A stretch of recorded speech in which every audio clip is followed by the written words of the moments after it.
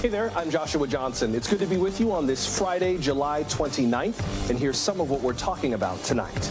Kentucky remains under flood watches tonight. Intense rain has killed at least 19 people. We'll have the latest from the ground. The Biden administration is rolling out more COVID shots, updated to fight today's variants. Who's next in line for them, and when can you get boosted? Families of 9/11 victims are protesting a golf tournament funded with Saudi money. They're also calling out former President Trump, who's hosting the event at one of his courses. We'll explain. Also, it had been America's largest reservoir. Now, Lake Mead is losing water, but it's full of surprises, like human skeletons and a ship from World War II. Why are they there? And how can the lake be saved? And we say goodbye to NBC's Pete Williams. After 29 years covering the courts, today was his last day at work. We'll reflect on his career and find out what he might do next.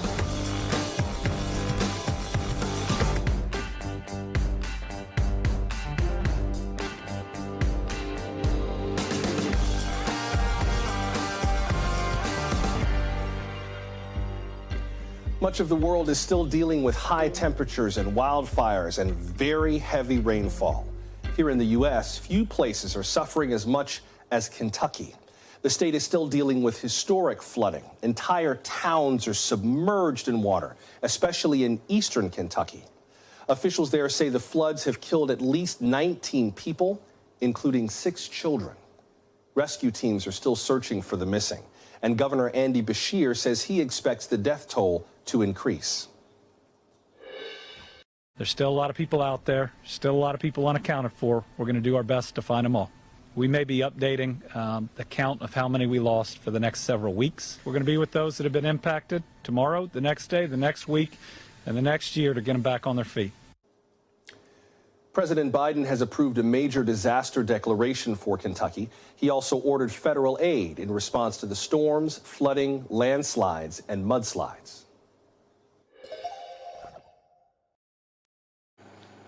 Let's begin in the town of Dwarf in southeastern Kentucky. That is where NBC's Maggie Vespa is standing by. Maggie, how's it looking there tonight? Well, Joshua, definitely it's still chaotic here on the ground. More than 20,000 people still without power. A lot of people here also without running water, and authorities now on the ground saying they're still inundated with rescues. Close to 300 rescues reported at this point. And as you said in your intro, the death toll has now risen once again. Local officials confirming 19 people dead in these flash floods that happened overnight Wednesday into Thursday. And the governor noting an incredibly ominous figure. He says that includes 6 children. At this point, they're not releasing the names of the dead. The coroner is still inundated just processing all of these cases, but people here definitely rattled as they still grapple with the after effects of this storm. Tell us more, Maggie, about the area where you are, a very rural part of southeastern Kentucky, of course, but it looks like the rain, because it's such a rural area, really hit that town very, very hard. It really did. It's a rural area. And by the way, I want to know what you just heard going by were a couple of 4-wheelers, because people in this rural area know that people live far from their neighbors, and they're going house to house to make sure that people are okay. They're coming with their own 4-wheelers, their own boats, their own drones. And basically, they just want to make sure that people, especially who live alone, you can hear them back down that way, are doing okay, because nobody might be checking on them. But as you said, the rain hit it really hard. You can still see this kind of stream here behind me and all the debris that was carried down it. A lot of people lost their entire homes. A lot of people lost everything they have. And because, again, it is so rural, it's even harder to get help to them when they need it. Joshua. Expand on that a little bit. I know there are some parts of Appalachia where roads are paved, some parts where they're not, partly because they may be in areas where there's a lot of wildlife for hunting or fishing or that kind of thing. I imagine that has made the recovery and rescue effort harder in some ways, and kind of made 4-wheelers like that necessary, both as just a fact of everyday life and also especially right now. definitely. I mean, as you said, in rural areas, you have dirt roads, you have gravel roads, you have maybe bridges that haven't been updated in a long time, and we've frankly seen a lot of them out. And then you have a lot of people who just live out in rural, remote areas by choice. And obviously, when something like this happens, it's all the harder, frankly, during normal times for first responders to get to them and get them the help that they need during a time like this, when you also, big note, have a lot of cell phone communication out in the area. It's really difficult for them to even let people know they need help, let alone get the help to them when they do reach first responders or they do reach officials. So that's another problem they're still trying to grapple with here. Again, water's out for a lot of people. Power is still out for more than 20,000 people, according to the governor. And a lot of people can't even make a simple phone call to say they need help. Yeah, and those power and communication issues, no one is exempt from those. I know that even we sometimes have trouble getting signals up for broadcast because it's so remote and because communications can be really spotty. Before I let you go, Governor Beshear has said that in a number of areas the water has not receded yet. Is any of the water receding anywhere near you, or is it still pretty steadily high? Some of it has receded. It definitely depends, as you would expect, on the elevation and the bodies of water that are nearby. Like this one, we can tell has receded just based on where the debris is and where the water is right now. When you go through different towns, you can see the watermarks on buildings. You can tell people's houses. We spoke to a couple today. Their entire first floor was flooded, and now it's covered in mud and debris. The water has receded, so they're just starting to clean up. But as you said, the governor said a lot of the bodies of water in this state probably won't crest until tomorrow. And then he also noted it seems like they have a dry forecast for the weekend, but going into Monday and Tuesday, another round of potentially severe rain is expected. And he asked people to make a safety plan because in the governor's words, he said, we don't want to go through a round 2 of this. So for a community that's dealing with so much, that was definitely an ominous warning. But the governor capping off his speech today saying people in Kentucky will stick together and will get through this. Joshua. Thank you, Maggie. That's NBC's Maggie Vespa starting us off tonight from Dwarf, Kentucky. Now, Kentucky is not the only place being hit with historic rainfall. This week, St. Louis got deluged with major flooding. The Las Vegas area was also hit hard, and parts of the Mid-South could get heavy downpours this weekend. Let's continue now with NBC meteorologist Michelle Grossman with more on what's happening now and what we expect this weekend. And Michelle, I see you're focusing first on where we were just looking with Maggie. Yeah. Hi there, Joshua. Yeah, we're focusing here because we do expect the chance of more flooding, especially by Sunday. So a flash flood watch still does continue through tonight. We're looking at the green area. So portions of West Virginia, eastern Kentucky, western Virginia, and also Tennessee. And when we look at radar, we're looking at some really heavy rain falling right now. Now, Kentucky is not so much seeing the heavy rain. We're seeing pockets of heavy rain. But that front that brought the rain to St. Louis, also to Hazard, Kentucky, has sunk further to the south. So it's the same front causing all these same issues, and it's meandering to the north, it's meandering to the south, it's moving very, very slowly. Tonight it's further to the south, so we're seeing the heaviest rains in parts of the southeast, parts of the south central states, into Arkansas, also Louisiana, Mississippi as well, and then we're looking towards the mid-Atlantic, seeing some really heavy rain. Where you see those brighter colors, the yellows and especially the reds, the oranges, that's where we're seeing those intense downpours. Remember, our atmosphere right now is like a really wet sponge. It's holding a lot of water, so any trigger of a front, that stationary front that I was talking about, is wringing that sponge out, and we're seeing some really heavy downpours, and we'll continue to do so over the next several days. So as we look towards the future here, we are looking at that frontal boundary sinking further to the south tomorrow. So we are looking at soaking rains, not just in the spots that I showed you, but we're looking from Texas to North Carolina, really high rainfall rates. That will continue for the next few days. And then this is what we do not want to see. By Sunday, it starts to lift back to the north. So once again, Kentucky is it's in the bullseye of seeing some really heavy rain. So any added rain into those flooded areas will renew the flooding. And that's what we're really concerned about. The flooding threat and also a flash flooding threat. So locally, we're seeing 6 inches of rain possible over the next few days, generally 2 to 4 inches. But that's a lot of rain where you see these colors, the darker colors, the reds, the oranges, yellows once again, from the Carolinas through the Tennessee Valley, even to portions of Missouri, once again in Arkansas. We are expecting the chance for heavy rain. It's not just in the eastern part of the nation. We're looking at the southwest too. Heavy rain from monsoon storms We saw those images from Las Vegas where the Strip was flooded. We had flooding into the casinos as well. We had a thunderstorm complex. It's a little different here. We're not expecting a lot of rain, maybe 2 to 3 inches, but it's ongoing rain. We're in the monsoon season here. But this soil is really compact. There's a lot of clay in it, so it doesn't take a lot of rain to see some flooding. And where you see these little red boxes, that is a flash flood warning. So that's when you need to heed the warning, take shelter, move to higher ground because that's where we're seeing the flash flooding. So your rainfall forecast here again, 2 to 3 inches, causing the threat for some flash flooding. It's not just the rain out there. We're looking at the extreme heat too, Joshua. We're looking at 13 million people impacted in the Northwest, from Seattle to Portland down to Chico. And we could see temperatures once again this weekend into the triple digits. Back to you. Between the rain and the heat, there is a lot for us to be paying attention to right now. Thank you, Michelle. That's NBC meteorologist Michelle Grossman with your Weekend Outlook. Thanks. Still to come, boosting the boosters. The White House is rolling out some new and improved COVID vaccines. We'll explain what makes them different and how you can get your shot. We're glad you're with us for Now Tonight from NBC News. The fight against COVID-19 is not over. In the past 2 weeks, hospitalizations have risen 11%. You see, deaths are also up 4%. But we're about to get a new tool to fight the pandemic, an updated booster shot. Currently, the U.S. only gives a second booster to people over 50 or to folks 12 and older with certain immune deficiencies. But this September, the Biden administration plans to offer reformulated vaccines. They're designed to target more recent variants of COVID, like BA.5. Meanwhile, another virus continues to spread. Yesterday, San Francisco became the first U.S. city to declare monkeypox a public health emergency. Unlike COVID, these vaccines have been frustratingly hard to come by.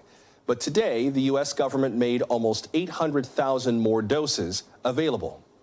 Joining us now is Dr. Amesh Adalja, senior scholar at the Johns Hopkins Center for Health Security. Dr. Adalja, welcome. Good to see you. Thanks for having me. Tell us more about this retooled COVID booster first. Why is this coming out now? I presume this was the kind of thing that researchers had always planned to do, right? They didn't just plan to make the one vaccine and then be done with it, but to continue iterating. There definitely was concern that this virus was going to be able to mutate away from what the vaccines targeted and erase some, but not all of the protection that vaccines give us. And what we've seen sort of with the age of Omicron is that immune evasion becomes very, very common, meaning that people can get infected despite being vaccinated, despite being boosted, and a reformulation to more closely match the circulating strain, BA4, BA5, would be something that might give the vaccines an added ability to protect against infections. The vaccines are definitely holding up where it counts against serious illness, hospitalization, and death. But if we want to stop infections, I think we have to move away from first-generation vaccines. Yeah, and we should be clear. I know I've said this 1,000 times on the air, but the vaccines are never meant to be a force field. They're not designed to prevent you from getting infected. They're designed to prevent you from getting killed. And that's kind of where they've been the most powerful. But what about those of us who already got boosted? Do I need to get boosted again? Does this mean that the vaccine I got before wasn't good enough and I need to get this one? What's the next step for the rest of us? I think what we have to do is see some articulation of the goals with our booster program.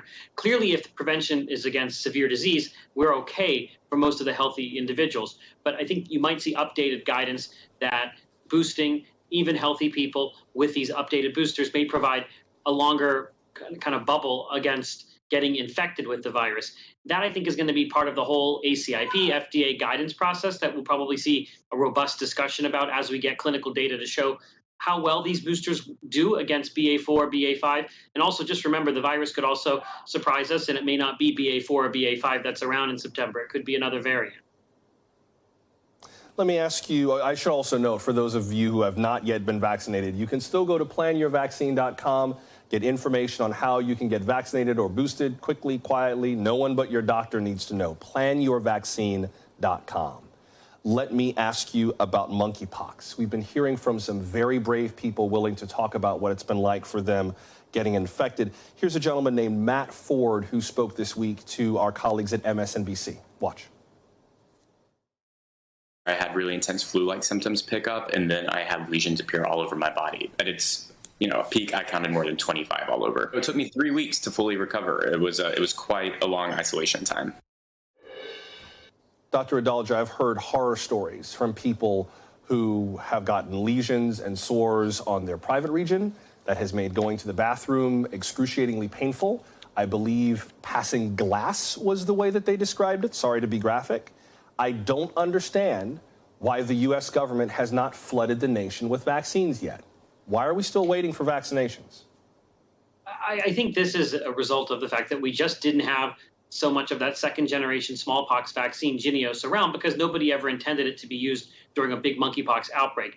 And what we've seen is a lot of bureaucracy mobilizing doses that were available. For example, it took some time to get doses that were made in Denmark, that were already approved by the EU, to come to the United States because there's a lot of allegiance to bureaucracy, which is, I think, getting in the way of actually doing what's right and what's needed for this outbreak. And I think we have to hold the federal government account for not making vaccine available as quickly as possible. I think they've also been resistant to prioritizing first doses. That's something we should be doing with this 2-dose vaccine. And I think we also have to think about using the older smallpox vaccine in populations that can tolerate it, that don't have any contraindications, with some counseling. I think we really have to be aggressive because the reason why this is so bad is because we've not taken a very proactive approach. It's been very reactive, which is dismaying because it's coming after COVID-19. What would you tell, particularly men who have sex with men, until vaccines are available? There's a very large event in San Francisco this weekend, the Up Your Alley Street Fair, formerly known as Dory Alley, where a lot of people are going to be gathered in one place, and there are a lot of vectors for infection. And I've lived in San Francisco. The community is extremely good at taking care of itself. But until more vaccines become available, especially for people in my community, what would you suggest we do while we're clicking and clicking and clicking on the appointment website trying to get in? I think the best thing to do is remember or be cognizant of the fact that this virus is spreading amongst the community of men who have sex with men. It can infect anybody, but you can't deny the epidemiology that this is really concentrating in that group, and it's taking advantage of network effects and big kind of amplification events. So be very wary when you're in close contact with each other, and make sure that you're practicing safe sex as best as you can. It's something that's going to thrive on close contact between each individual. It's not spread like a respiratory virus, so it's the close contact you have to worry about. And maybe decreasing the number of sexual partners, trying to be cognizant of who's vaccinated, who isn't vaccinated, who may have symptoms that could be consistent with monkeypox and who may not. All of that's going to help reduce the harm this virus causes until we get enough vaccine into that at-risk group. Dr. Amish Adalja of Johns Hopkins, appreciate your help with this. Thank you very much. Thank you. We'll get to some of today's other top stories in just a moment, including a diplomatic phone call between the U.S. and Russia over American detainees, 9/11 families speaking out against a new golf tour backed by Saudi money,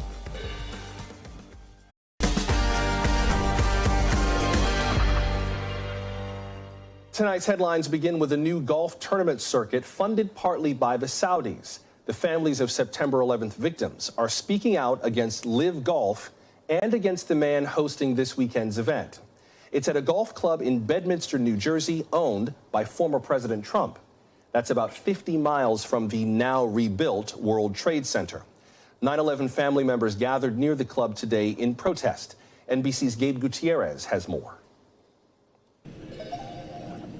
This morning, outrage boiling over around the Live Golf tournament, backed and heavily funded by Saudi Arabia, and teeing off today at former President Trump's New Jersey club.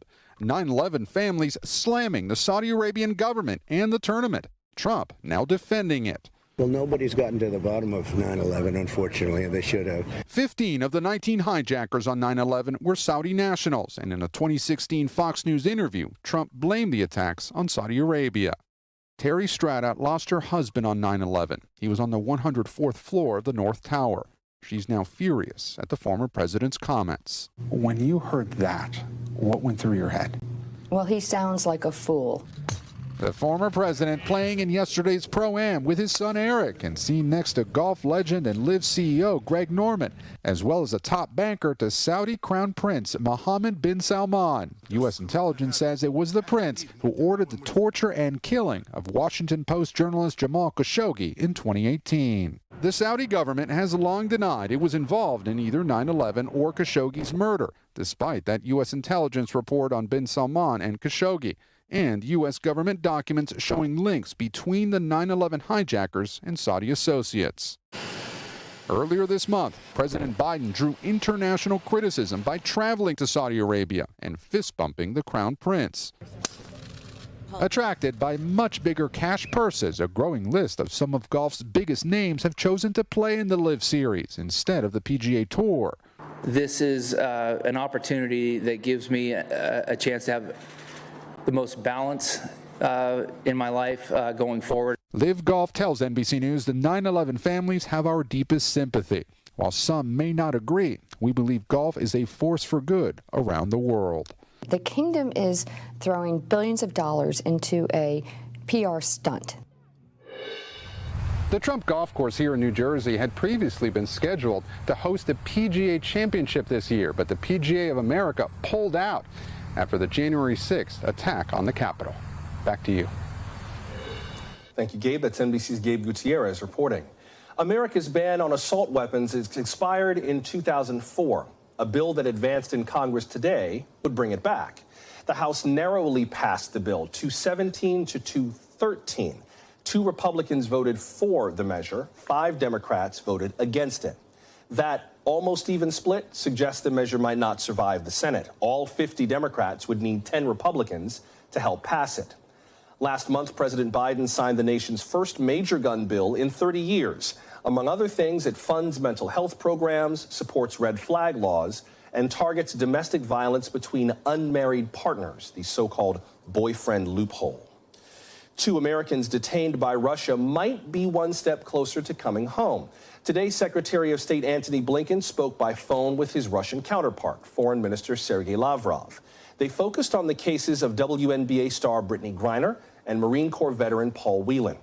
Sources tell us that Russia wants a prisoner swap. It wants imprisoned arms dealer Viktor Bout and convicted murderer Vadim Krasikov. Bout is in U.S. custody, but Krasikov is imprisoned in Germany. A national security spokesman said the offer was, in his words, not serious. Secretary Blinken says he urged the Russians to take the original deal. And a statement from the Kremlin called for, quote, quiet diplomacy without release of speculative information, unquote.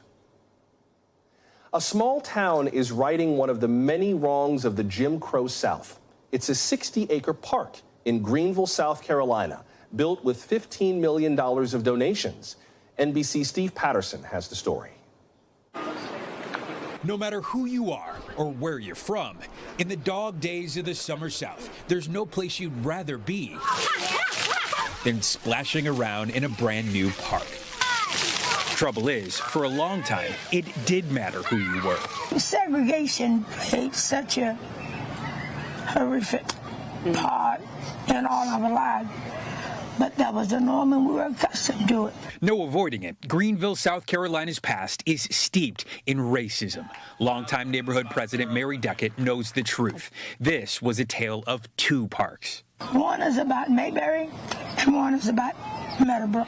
Here in the Jim Crow South, of the dozens of parks in Greenville, black children were given a 15-acre patch of land to play on, Mayberry Park. But in 1938, the city split Mayberry in half to create a new baseball stadium, Meadowbrook Park. They didn't say anything. They took the park. Over the years, the stadium became a stomping ground for some of baseball's biggest names, from Shoeless Joe Jackson to Tommy Lasorda. My brother came out here and watched Mickey Mantle when he was a little kid, you know. The only people not invited were the ones who grew up on the land and needed it the most. Were blacks allowed? No. As decades passed, the parks fell on hard times. Meadowbrook Baseball Stadium burned down in the 70s.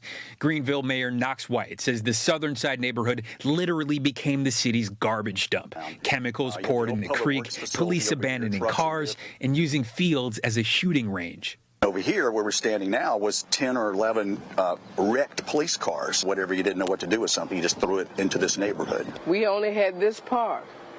And then after the park was so so destroyed, then most kids just played in the streets. For 40 years, Lillian Brock Fleming, the city's first black city council member, has been pushing for change. You have to have hope and faith, and you got to keep working at it and not be so despondent and so negative.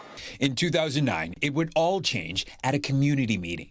Somebody stood up at that first meeting and said, we like the idea of a park, but the city has always put its junk in our backyard. There was a real resentment by the neighborhood that I was unaware of about the city's past here. That's what really launched everything. What's that about? It turns out I'm hearing in 2009 or 10 a story that takes place in 1938. As the mayor learned more, it soon became a mission to right a historical wrong. A vision for the future was born. Ugliness removed, but not forgotten. Mary and Lillian made sure the past wasn't covered up. If you don't remember your past, you're destined to repeat it. With $15 million in donations, the 60-acre Unity Park was born. 3, 2, 1. Now enjoyed by everyone. Mary, just for you, what's it like to sit here, to feel the breeze on you, to hear the children play? I mean, this is something that has taken so long to come to fruition, but you're sitting in it. It's a dream of mine. A century-old wound healed by acknowledging the past. It's not just about a park. There's a history here, a narrative, and we're going to tell that story. Unity Park is unity. Now felt every day in the harmony of children at play. Steve Patterson, NBC News, Greenville, South Carolina. Is a college diploma as important today as it was a decade ago? Rising inflation and rising tuitions are making some folks rethink it. Here's NBC's Stephen Romo. Getting a college education can be one of the most important financial decisions you'll make in your lifetime. The cost of college is absolutely insane. He'll be a senior next year, and then we'll have to be dealing with that, and we've been looking at colleges. We definitely know the struggle and feel that, but she's the one that pays for it.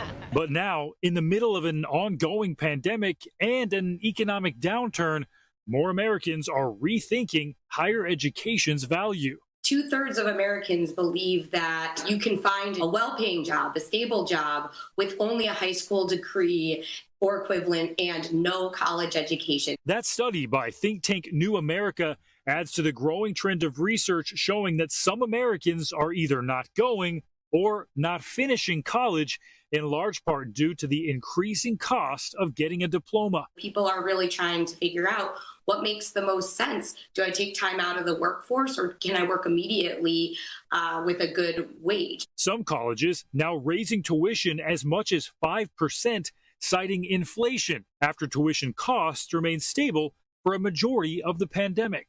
If you are thinking about enrolling in college or what the value proposition of college is, and you're measuring the cost, you're measuring in terms of how many gallons of gas is it, or how many eggs can I buy with what I would pay for this. A survey released this month by bestcolleges.com finds 44% of currently enrolled undergraduate students with federal or private loans have considered dropping out of school due to the financial burden. It's only worth it if you have an extremely high-paying job as a result of that, like maybe law school, going into law after that, but a lot of other fields, it's not really worth it in my opinion. I see my mom, she's still 30 years later still paying off college debt, so I mean, I don't want to be in that position 30 years from now. The answer to is college worth it is unsurprisingly complex. Some research shows getting a diploma is worth it in the long run, especially for low-income students. That's sort of the sad paradox. College is most worth it for the people who can least afford it. A report from Georgetown University shows bachelor's degree holders generally earn a whopping 84% more over their lifetime than those with just a high school diploma. But nowadays, the top 10 best-paying majors are related to engineering or computer science, which represent just a fraction of the American population. Right now, the labor market's really tight. So if the labor market remains this tight going into next year's survey, I think we'll continue to see numbers that show Americans questioning the value of higher education. The reservoir made by the Hoover Dam is drying up. Climate change is destroying Lake Mead. We'll consider solutions to restore it when we come back.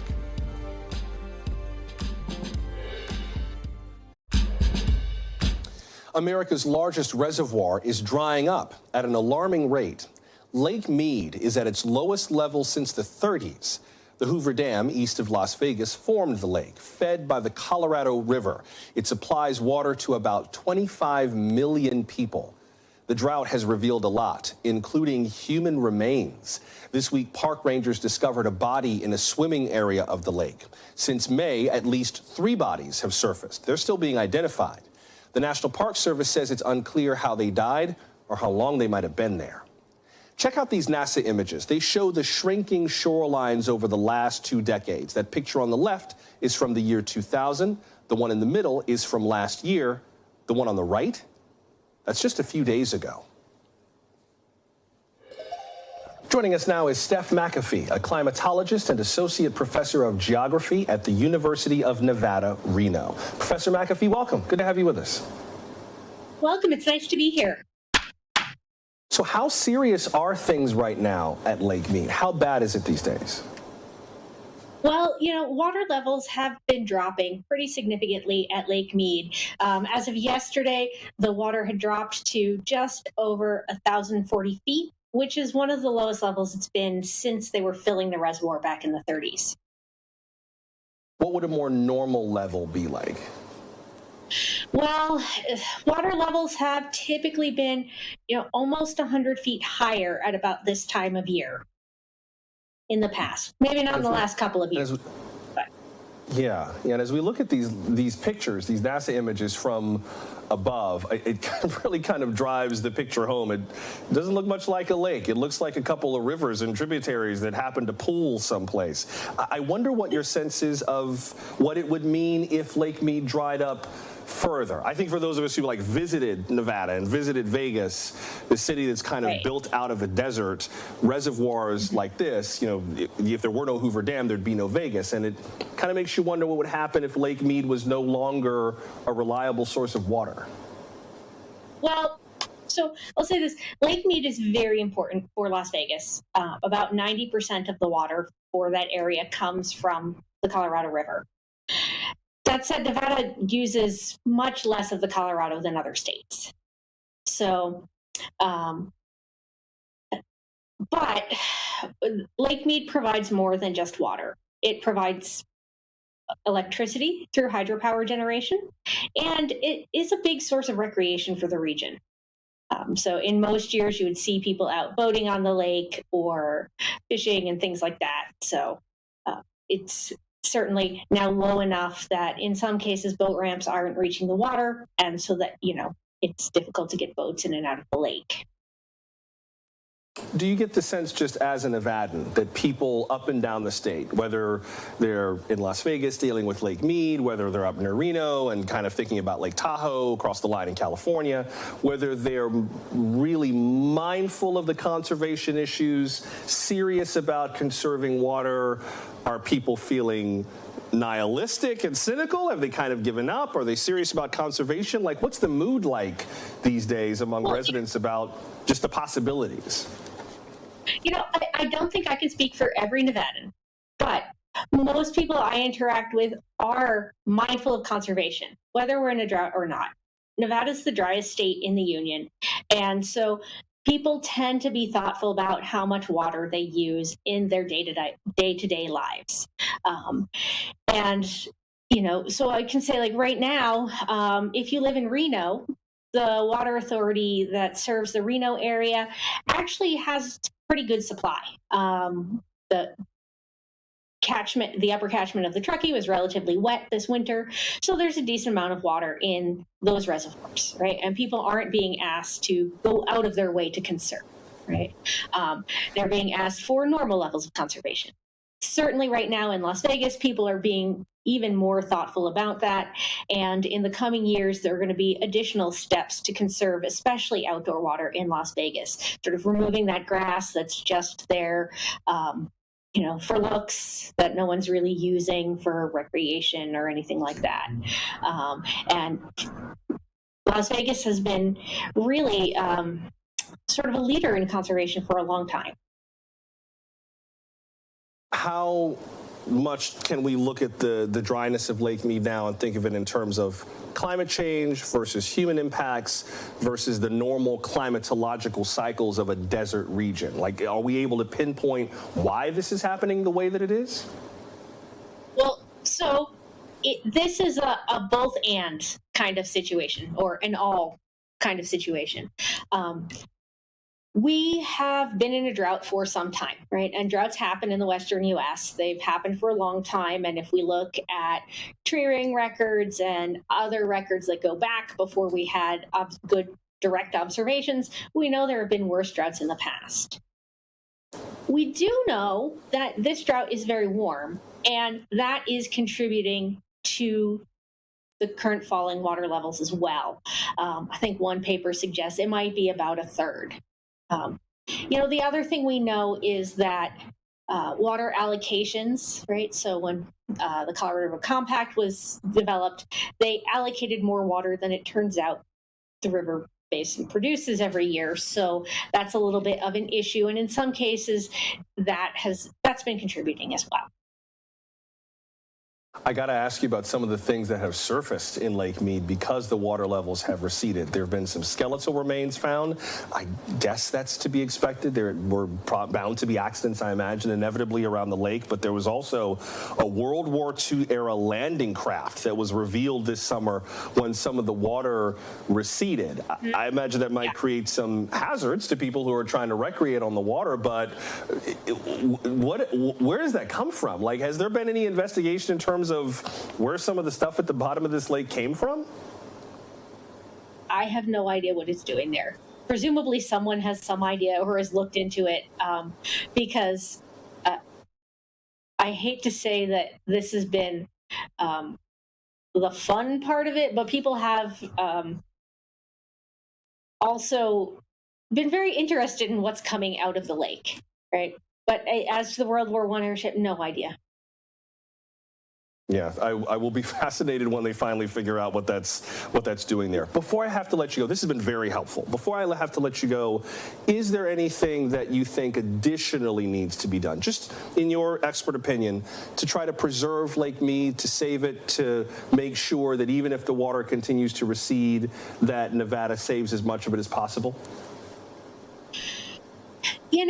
I would say that one thing would be really helpful to do, right? So for people who live in and around Lake Mead, or maybe who are even visiting, is follow the recommendations of the local water provider around conservation. Las Vegas is very good at sort of treating and recycling water that gets used inside, right? So it gets treated, it gets put back into the Las Vegas wash, and it can get back into the river. But water that gets used outside is, right, it tends to evaporate, and then it can't be reused. It doesn't go back into the river.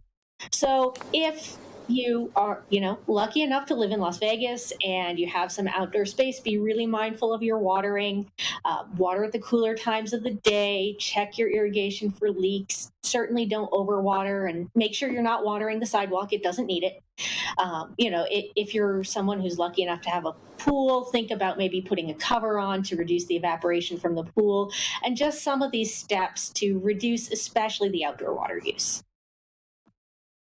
Steph McAfee, state climatologist and associate professor of geography at the University of Nevada, Reno. Professor, thanks very much. All right, thanks so much, Joshua.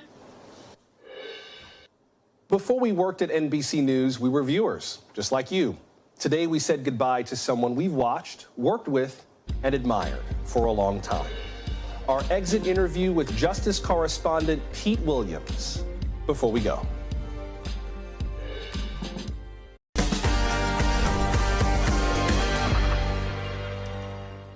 Working at NBC News is like going through the looking glass. The folks you watched on TV are suddenly colleagues. And some of them have left me genuinely starstruck, including Pete Williams. After 29 years at NBC News, our Justice correspondent worked his final day today. Pete and I spoke this week, looking back at his remarkable career. This is an NBC News special report. Now, according to the people we have talked to, several officials who are familiar with his thinking, his intention is to retire at the end of this term. Pete Williams was there for us for the ruling, is with us tonight. Pete, good evening. Brian, good evening. Opponents of affirmative action were hoping that the court would use this case to put a stop to it. The court didn't go that far, but it did raise the bar that schools have to clear to justify it. Justice Ginsburg's death ends one of the most remarkable careers in American legal history, and it means that the Supreme Court will begin its new term just 2 weeks from now with great uncertainty about who will put her successor on the court and how soon that will happen. For the third time, the U.S. Supreme Court has spared Obamacare from challenges. First time the Supreme Court has said there is a constitutional right to same-sex marriage. You can hear the cheer in the crowd. A very dramatic moment here, a 5-4 decision written by Justice Anthony Kennedy. This is a total victory for the advocates of same-sex marriage.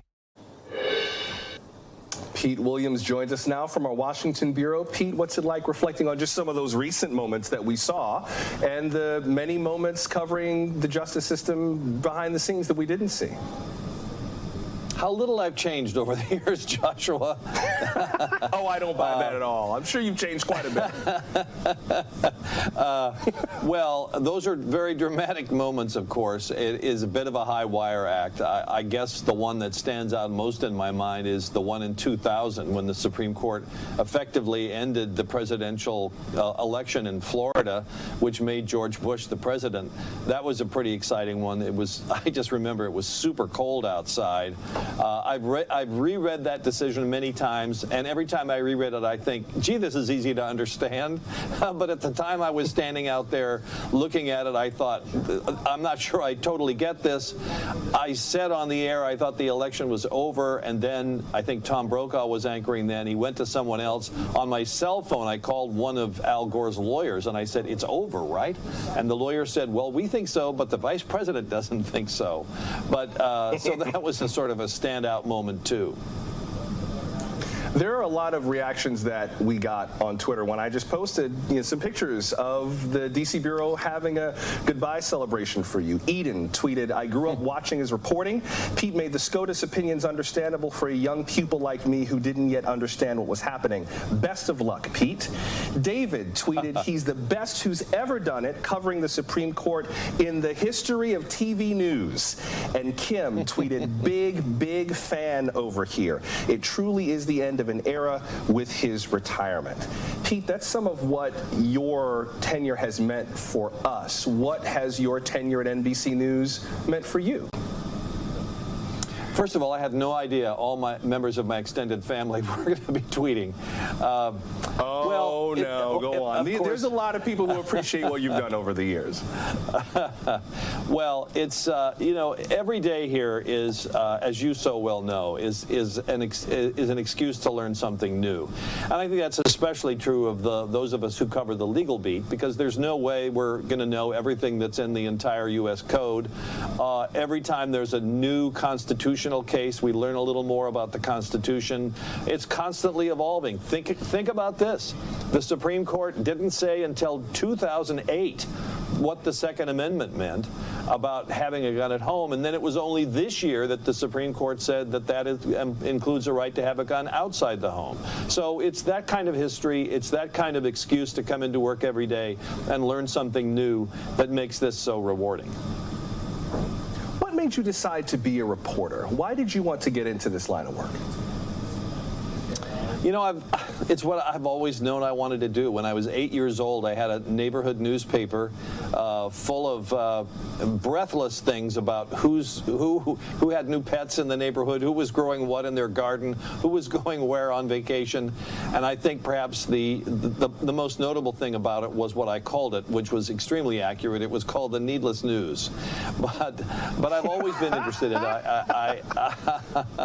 I worked at my local radio station when I was in high school, my campus radio station when I was in college. I became a reporter in my hometown in Casper, Wyoming, before I came back here to work in government for a while, and then finally ended up, luckily enough, at this fabulous job at NBC News, which has afforded me a really good seat with unobstructed views of the Supreme Court. I agree with those of our viewers who said they've learned a lot about the justice system and the law through your reporting. What's the one thing that you wish more people understood about the Justice Department or the Supreme Court or jurisprudence in the U.S. that we tend to get wrong, even as we're trying to understand what's going on today? One thing you wish people understood a little more clearly? Well, I think people don't really understand what the Supreme Court is and what it does. I'll give you a very dramatic example of it. Years ago, when I was covering the Supreme Court, I actually I was a little late in paying my parking tickets here in Washington, and I came out of the court one day to find one of those boots clamped to my car, and I had to take a cab down to the Bureau of Traffic Adjudication and write a check to get the thing taken off. So I wrote the check, I went outside, I hailed a cab, and I said, U.S. Supreme Court, please. And as we're driving along, the taxi cab driver turned around and said, you're appealing a parking ticket all the way to the Supreme Court? So I think, you know, I think I would pay so much money to see that. To see you knock on the Chief Justice's door and be like, excuse me, I would pay good money to see that. Yes. Williams v. D.C., yes. I think it's an example of that, and I think I think we have an obligation when we're covering legal stories, not just to say what the bottom line is, but to say what the law behind it is. Why did the court do that? What was the statute they were interpreting? And as time goes by and as the pressure increases to sort of make our stories shorter, we have to sort of fight to include that detail in there. And I think there is an aspect to what we do that is sort of civics education, and I think that's an important part of what our responsibility as journalists, to say not merely what their government is doing, but why. Two more quick questions before I have to let you go. One, I presume that you're not like retiring to start your podcast or retiring to write the book. Like, you are capital R actually retiring, or are you planning other projects, or are you just going to kind of like reclaim your time for yourself? Well, I'm retiring. I'm leaving this day-to-day journalistic experience. I do have other things in mind. Maybe a podcast, but probably not about the law. A documentary maybe about a mountain climber, pioneering mountain climber. Some other things that I have in mind, some journalistically oriented, but not this kind of daily journalism, which I will now leave to the younger generation here that's very well suited to it. Can't wait to see it. And one last thing, I have to say, one of the things that I have learned as a relatively new member of NBC News is that the DC bureau where you work is freaking amazing. Just the people there are so phenomenal and deeply sourced and hardworking and professional and lovely. It's kind of my experience getting to know the company through the DC bureau before I came to New York was highly positive, and I was like, that's where I want to be. I imagine that's one of the things that you will miss the most, but what else will you miss about being part of NBC News? Yeah, these is a pretty nice class of people that I hang out with here, whether they're on camera or behind the camera. They care a lot about the news, and they care a lot about each other. And we have phenomenal people like Andrea Mitchell, who has a work ethic that can be photographed from outer space. We have Tom Costello, who is astonishingly productive and can explain anything at a moment's notice. We have just such great people here, a great editorial team, people that are just whizzes at editing and shooting video. It's a wonderful place to work, and I'll miss them all. They don't make him like NBC Justice correspondent Pete Williams. I think the Justice Beat is in good hands, but you, sir, will be very, absolutely, but you, sir, will be very sorely missed. But enjoy your retirement. Thank you for making time for us, and let us know when the documentary's out. Love to see it. Pete, thank you so very much. Okay, you're very kind. Thanks so much. You can see Pete Williams one last time this Sunday on Meet the Press. We hope you'll check it out. Send us your thoughts if you see the show. But until we meet again, I'm Joshua Johnson. Thank you for making time for us. Enjoy your weekend. Happy trails, Pete, and we'll see you on Monday. Good night. Thanks for watching our YouTube channel. Follow today's top stories and breaking news by downloading the NBC News app.